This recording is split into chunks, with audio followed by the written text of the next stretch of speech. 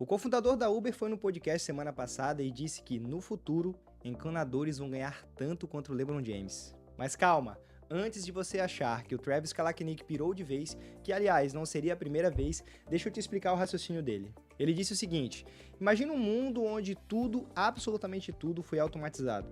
Código, logística, atendimento, gestão, tudo rodando com inteligência artificial. Só que ainda precisa conectar os canos. Alguém ainda precisa colocar a mão na massa, literalmente. E nesse mundo, os encanadores se tornam um recurso mais escasso. E recurso escasso, como qualquer economista vai te dizer, é recurso caro. Agora, o que me incomoda nessa história não é a analogia. A analogia até faz sentido. O que me incomoda é que muita gente no mercado de tecnologia está agindo como se a IA já tivesse automatizado tudo. Como se bastasse jogar um prompt, uma ferramenta e pronto, o problema é resolvido. E é exatamente isso que eu quero conversar com você hoje, porque tem um movimento que tomou conta do mercado em 2025 chamado Vibe Coding. E em 2026, o próprio cara que criou o termo já está dizendo: ah, esquece isso, a brincadeira acabou. Fica comigo que esse vídeo vai mudar a forma como você enxerga o desenvolvimento de software e, mais importante, como a sua empresa deveria estar se posicionando agora. Para quem não sabe, o Vibe Coding é um termo que foi cunhado pelo Andrej Karpathy, que é cofundador da OpenAI e ex-líder de IA da Tesla. Não é qualquer um. O cara literalmente ajudou a construir o ChatGPT. No começo de 2025, ele descreveu assim: você escreve o que quer para uma IA, aceita o código que ela gera sem ler direito e vai ajustando na base do feeling. Ele mesmo disse: você se entrega ao Vibe, abraça o exponencial e esquece que o código sequer existe. E o mercado amou, porque a promessa é irresistível. Qualquer pessoa, mesmo sem saber programar, consegue criar software funcional só descrevendo o que quer em linguagem natural? Excelente! E os números confirmam. Em 2026, 92% dos desenvolvedores americanos usam ferramentas de IA para programar todos os dias. 41% de todo o código escrito no mundo já é gerado por inteligência artificial. O mercado de Vibe Coding bateu 4,7 bilhões de dólares. E talvez o dado mais revelador: 63% das pessoas usando essas ferramentas não são desenvolvedores, são gerentes, analistas e fundadores. O Vibe Coding democratizou a criação de software. Isso é inegável, mas sempre tem um mais. Aqui é onde a conversa fica interessante de verdade. A CodeRabbit analisou 470 pull requests em um projeto open source no GitHub. O resultado? O código cogerado por IA tem 1,7 vezes mais problemas graves do que código escrito por humanos. E 45% das amostras de códigos geradas por IA contêm vulnerabilidades que estão no top 10 da OWASP, que é a principal referência em segurança de aplicações web. Pensa comigo,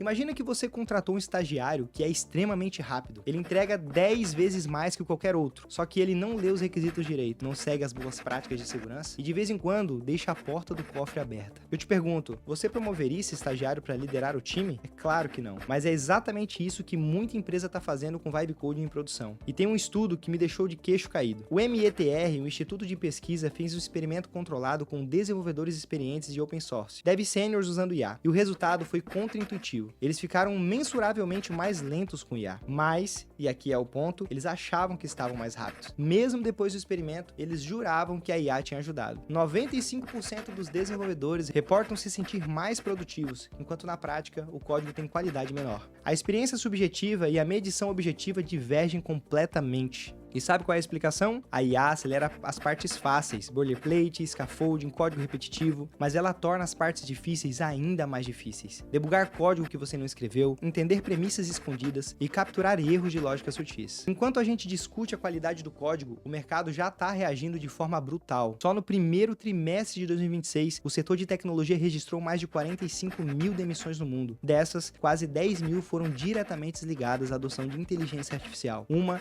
em cada 5 demissões no setor de tech esse ano tem IA como causa. O caso mais emblemático, a Block, empresa do Jack Dorsey, cortou 4 mil pessoas, 40% da empresa. E o Dorsey foi explícito, não é por crise financeira, é porque a IA consegue fazer o que essas pessoas faziam. Mas aqui tem um detalhe que a Harvard Business Review apontou e que pouca gente está falando. As empresas estão demitindo por causa do potencial da IA, não pelo desempenho real dela. Ou seja, estão cortando gente na expectativa de que a IA vai entregar, mesmo que 95% de projetos de IA, segundo o MIT, ainda não gerem retorno financeiro mensurável. Tá vendo o paradoxo? As empresas estão apostando tudo numa coisa que, para a maioria delas, ainda não funciona direito. E é aqui que entra a virada. Em fevereiro de 2026, o próprio Karpathy, o cara que inventou o termo, publicou dizendo que o Vibe Coding já era. O termo que ele propôs no lugar engenharia agêntica. E a diferença não é cosmética, é conceitual. No Vibe Coding, você descreve o que quer e aceita o que vem. Na engenharia agêntica, você tem agentes de IA especializados que executam tarefas complexas, enquanto o humano faz o que o humano faz de melhor. Define a arquitetura, pensa a estratégia e revisa com olhar crítico. É a diferença entre pedir para um táxi genérico te levar a algum lugar e ter um motorista particular que conhece o caminho, entende o trânsito, já sabe o horário que você sai e sugere a melhor rota. Os dois te levam do ponto A ao ponto B, mas um te leva com previsibilidade, segurança e eficiência, e o outro te leva na sorte. E o Gartner, que é a maior consultoria de análise de tecnologia do mundo, jogou um número que sintetiza tudo. 40% das aplicações empresariais vão ter agentes de IA integrados até o final de 2026. No começo de 2025, eram menos de 5%. É um salto absurdo.